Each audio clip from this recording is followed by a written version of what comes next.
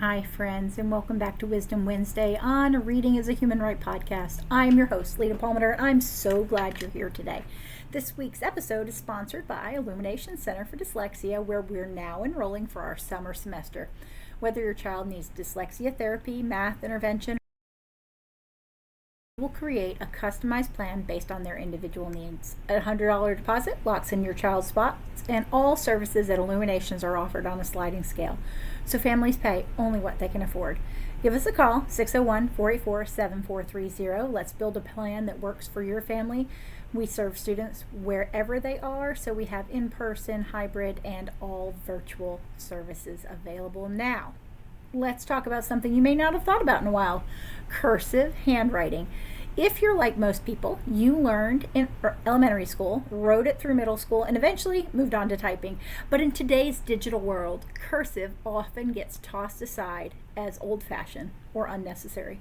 And I am here to tell you that it's not. In fact, cursive handwriting is critical for brain development. And for many of our students, especially those with dyslexia, cursive can be a lifeline. Handwriting, specifically cursive, is really important for the brain. The research is clear. A 2020 study published in Frontiers in Psychology found that writing by hand engages more complex brain activity than typing. When we write in cursive, we integrate motor commands, tactile feedback, visual processing, and cognitive planning all at once, simultaneously. Researchers from Norway and France actually hooked up students to EEGs and compared what happened when they wrote by hand versus when they typed, and the students' brains lit up more when they wrote, especially in the areas associated with memory, language, and learning. Another study in psychological science showed that students who take notes by hand retain more information and perform better on conceptual questions than those who type.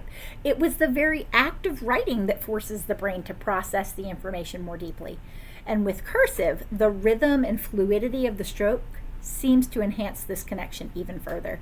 For children, the benefits are profound. Writing in cursive builds fine motor skills, strengthens working memory, and supports phonological awareness.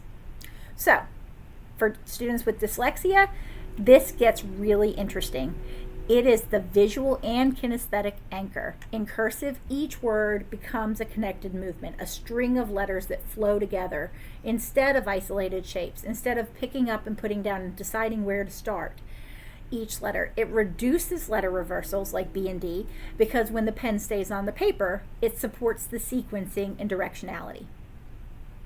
A tool that we love here at Illuminations is CursiveLogic. CursiveLogic is our tool of choice when teaching students how to write in cursive.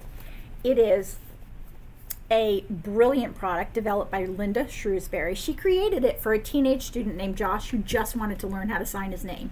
He didn't have time to learn cursive the traditional way, letter by letter, day by day, so she did this idea of looking at all the cursive letters in the English alphabet and grouping them by shape. Then she built a program that teaches cursive with color coding, catchphrases, and repetition. And it made sense for older learners, but not only that, it matched what we know as dyslexia therapists. So, our over-curved back letters are our under-over-stop letters in English, A, C, D, G, Q, and O.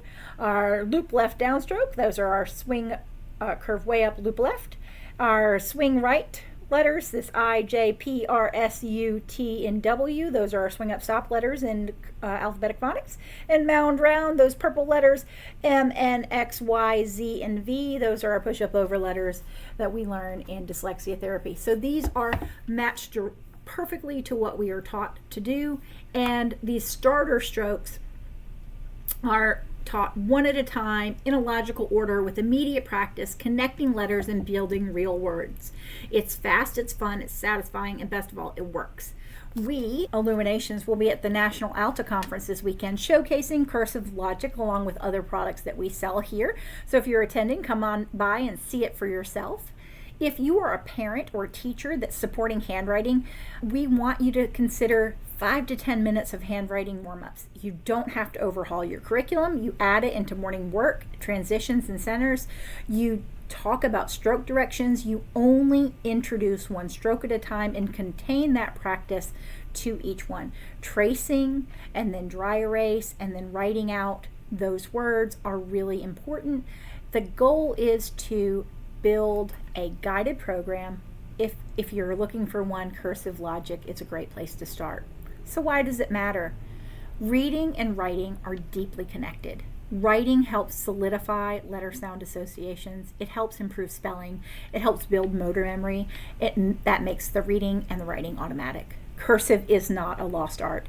It is an essential skill. And for our students with dyslexia or ADHD or processing differences, it might be just the thing that helps everything finally click.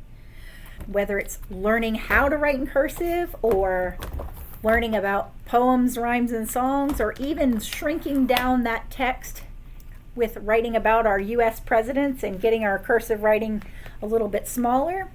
Or maybe it's just that old-fashioned art of cursive and writing in our coloring book in our cursive writing.